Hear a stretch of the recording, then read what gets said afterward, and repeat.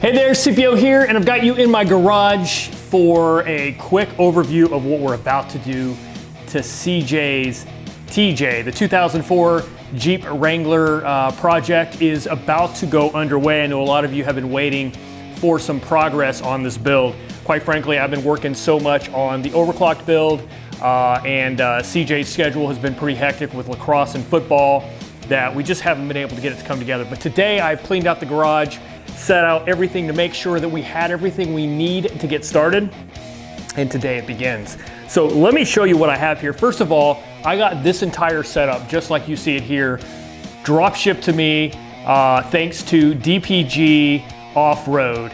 I contacted them because a few of the people I run with highly recommended them, and boy, they weren't lying. So Dirk over at DPG Off-Road will literally set you up with exactly what you need, have it drop to your door, and not only that, provide a really cool cheat sheet to supplement the instructions that come with all the other stuff. So let me show you what I have. This is the ultimate kit for the TJ, and I'll walk you through a little bit about what it is and talk to you a little bit more about it.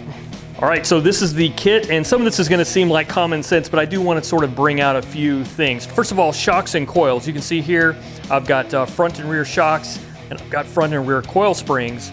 Now, how do I know which size springs and shocks to get? And that's one of the really cool things about DPG Off-Road is, you call Dirk, you talk to him, you tell him what type of vehicle it is, whether or not it's got a hard top or a soft top, what kind of road manners you want it to have, what kind of wheeling you're gonna do you have aftermarket bumpers, tire carrier, et cetera, et cetera, et cetera. And based on all of those factors and his umpteen years of experience, he will set you up with a coil and shock setup geared specifically for you and your build.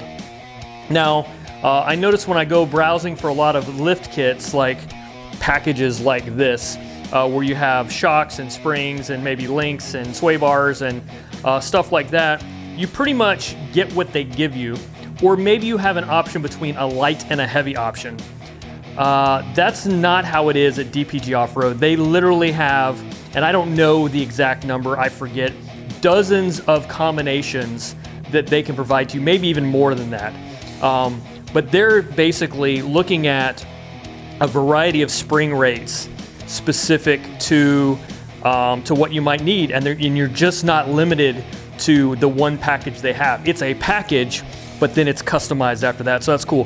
The other thing that a lot of people may not even notice or realize or know, and to be honest with you, I didn't really think much about it, but the coil springs have different heights. So these Old Man Emu springs, I don't know if you can see, this one is actually taller than this one, and in the rear, this one is actually taller than that one. And they're labeled A and B. See if I can get you a shot of that. So there's the A for the rear, and there's the B for the rear. So the A is the taller one, and the B is a little bit shorter.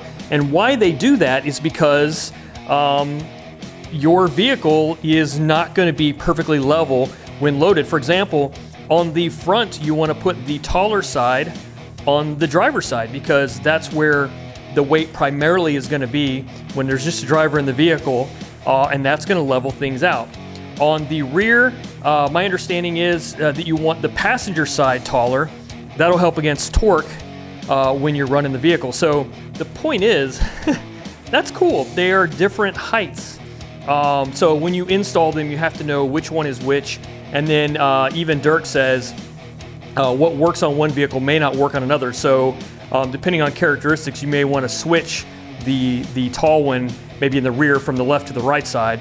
But anyway, that's an interesting note that I think a lot of people don't think much about. They think springs are all the same length, and in many cases they are, but these Old Man Emu pairs come with one side a little bit taller than the other.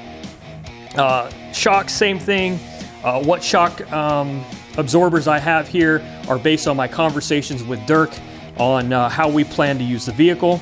I think I may do a video later on sort of a build strategy. Everybody's like, what lift kit should I get? And you know, what shock should I go with and what springs, and there's a lot of things to consider. But again, Dirk sort of makes that easy by you feed him info, and then he uses his years of experience and trial and error and testing and running and building TJs to help you with that. So this is primarily a commuting vehicle for my son.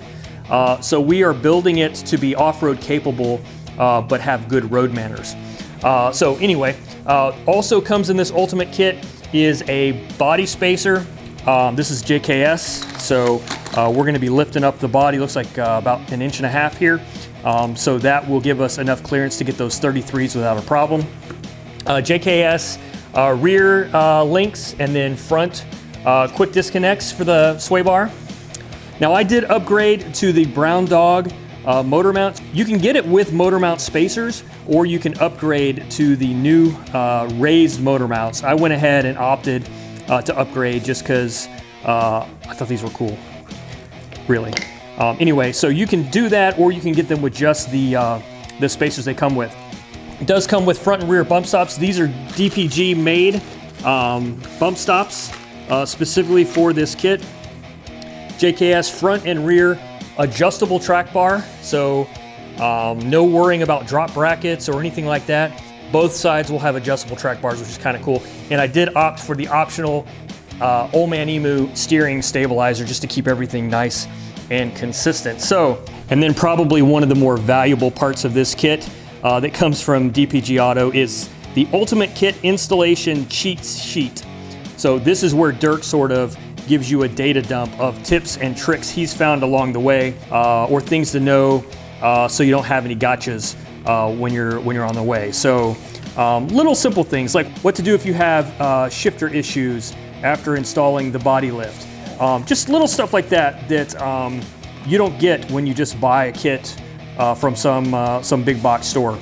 He really does have a personalized service here. So anyway, we're gonna pull the TJ into the garage and start working on this thing. So hope you enjoy this series, and I'm gonna go ahead and stop this video now, and the next one we'll pick up when we're actually doing work. So thanks for watching. I'll catch you on the next one.